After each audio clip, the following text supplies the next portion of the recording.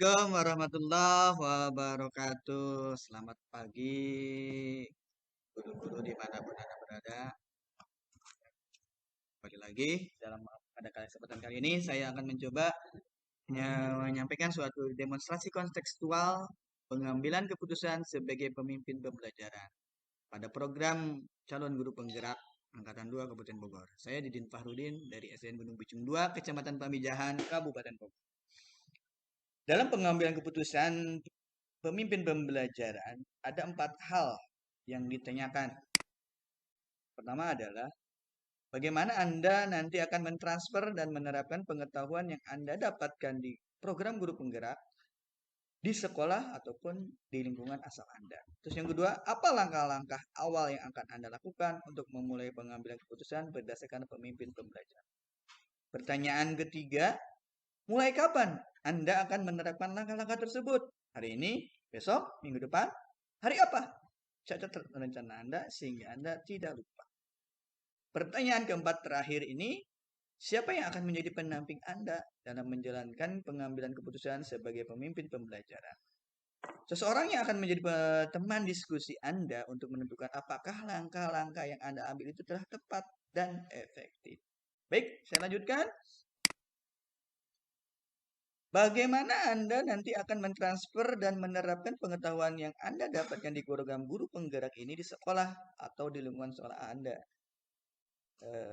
Untuk mentransfer dan menerapkan pengetahuan yang saya miliki, upaya yang akan saya lakukan adalah dengan memanfaatkan komunitas praktisi yang telah dibangun. Sekolah kami ada komunitas praktisi yang telah dibangun yang pada waktu itu dinamakan Move On. Gunung Picung 2 Move On. Ini temanya adalah bagaimana permasalahan pembelajaran di kelas kita rembukan, kita bahas, kita carikan solusi dan kita refleksikan kegiatan tersebut. Di dalamnya nanti akan diprogramkan suatu kegiatan pengembangan diri. Selain itu, materi-materi yang saya pelajari di program guru penggerak juga akan saya coba tularkan. Nah, di dalam komunitas praktis ini, kita akan berkolaborasi untuk berupaya menyamakan persepsi yang sama dan menerapkannya dalam pembelajaran di kelas. Berikutnya, langkah-langkah awal apa yang Anda lakukan untuk memulai pengambilan keputusan berdasarkan pemimpin pembelajaran? Langkah-langkah sesuai dengan apa yang saya pelajari di modul 3.1 pengambilan dan pengujian keputusan. Ada 9 langkah yang akan kita lakukan, yang saya lakukan. Yang pertama, ketika ada sebuah kasus yang menuntut suatu keputusan yang harus segera diambil, yang pertama yang saya lakukan adalah mengenali kasus-kasus tersebut. Apakah dia dilema etika, benar dengan benar, ataukah bujukan moral, benar versus salah. Yang kedua adalah mengenali nilai-nilai yang bertentangan tadi, bahwa ketika kasus itu terjadi apakah berbenturan antara benar dengan benar, benar dengan salah. Terus yang ketiga menentukan siapa yang terlibat. Di sini ketika kasus itu muncul dari peserta didik, berarti yang terlibat saya kira-kira siapa saja yang terlibat. Kalau seandainya kasus itu dari peserta didik, berarti kan yang terlibat adalah pastinya guru kelas atau wali kelas itu sendiri. Terus yang kedua rekan rekan sejawat yang lainnya. Yang ketiga adalah pimpinan, dalam hal ini kepala sekolah. Dan yang keempat pasti orang tua harus juga terlibat. Dan yang terakhir ada stakeholder yang terlibat atau yang terkait dengan eh, relevansinya dengan pendidikan di sekolah. Yang keempat, lalu saya mengumpulkan fakta-fakta yang relevan dengan situasi yang terjadi. Setelah fakta-fakta tersebut dikumpul, baru saya melakukan suatu pengujian benar atau salah. Yang mana di dalamnya ada 9 aspek ada beberapa aspek dalam pengujian benar atau salahnya ini. Yang pertama, uji legal, apakah ada bentuk pelanggaran hukum atau tidak. Yang kedua adalah uji regulasi, adakah penyalahan atau pelanggaran peraturan kode etik. Yang ketiga, uji intuisi, adakah yang salah dan adakah yang benar. Yang keempat adalah uji publikasi, apakah bila keputusan nanti dimunculkan atau dibuat, ketika dipublisnya ke orang lain atau ke media sosial akan berimbas buruk atau berimbas baik.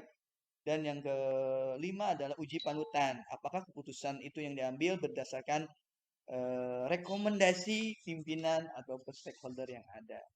Baru yang kelima adalah pengujian paradigma benar atau salah. Dalam pengujian paradigma benar atau salah ini kita mencari paradigma apa atau pendekatan apa yang akan dilakukan. Apakah individu lawan masyarakat? Apakah rasa keadilan lawan rasa kasihan? Apakah kebenaran lawan kesetiaan? Dan apakah jangka pendek melawan jangka panjang? Lalu setelah itu melakukan prinsip resolusi. Prinsip-prinsip yang akan digunakan ketika kasus itu muncul, apa yang difokus itu pada apa? Apakah berbasis kepada akhir, end-based thinking, atau berpikir berbasis peraturan, rule-based thinking, ataukah dia berpikir berbasis rasa peduli, care-based thinking. Baru ketika keputusan itu ada apa namanya perkiraan keputusan yang akan diambil, lalu kita membuat suatu investigasi opsi trilema, artinya bahwa ketika kita memunculkan ada satu keputusan yang akan diambil, kita juga menyiapkan opsi-opsi keputusan lain yang sekiranya opsi utama itu tidak berjalan atau keputusan utama itu tidak berjalan, maka opsi pilihan lainnya itu bisa digunakan. Baru setelah ketujuh aspek tadi dilakukan, buat keputusan. Nah, diakhiri nanti ketika keputusan itu diambil, kita lakukan kembali. Apakah sudah benar keputusan itu ditarik atau diputuskan? Lalu refleksikan dari imbas atau akibat ketika keputusan itu akan diambil, akan ditetapkan. Pertanyaan ketiga, mulai kapan Anda akan menerapkan langkah-langkah tersebut? Hari ini, besok, minggu depan, hari apa? Karena Anda sehingga tidak lupa. Yang pasti, kapan akan dilaksanakan? Pasti sesegera mungkin ketika suatu kasus muncul dan membutuhkan suatu pengambilan keputusan yang tepat. Artinya, untuk sementara belum muncul suatu kasus yang berhubungan dengan dilema etika ataupun bujukan moral. Nah, yang ke pertanyaan terakhir, siapa yang akan menjadi pendamping Anda? Pastinya rekan sejawat. Nomor satu adalah rekan sejawat, yang mana mereka tahu lebih banyak tentang kondisi atau karakteristik fakta-fakta yang ada. Terus yang kedua adalah kita juga rekomendasi dengan atau berkonsultasi dengan pimpinan yang dalam hal ini kepala sekolah yang akan nanti mengambil kebijakan dan memberikan suatu wewenang yang diberikan.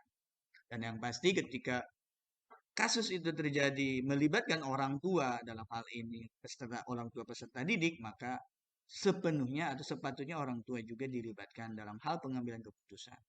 Yang keempat, sebagai bentuk pembelajaran dan pelaporan kegiatan di sekolah, maka kita berkolaborasi juga dengan stakeholder yang relevan dalam artian dengan dinas pendidikan ataupun dengan pengawas pembina. Baru yang berikutnya adalah yang kelima, ketika ada suatu dilema yang muncul atau kebimbangan yang muncul, keraguan yang muncul, maka apa yang saya lakukan juga saya akan berdiskusi dengan rekan CGP lainnya, dengan pengajar praktik, dan bahkan dengan instruktur calon guru penggerak. Mungkin itu yang bisa saya sampaikan terkait demonstrasi konstekstual, pengambilan pengujian keputusan dalam pemimpin pembelajaran. Semoga bermanfaat. Salam merdeka, salam bergerak, ayo bergerak, Indonesia maju. Sekian. Wassalamualaikum warahmatullahi wabarakatuh.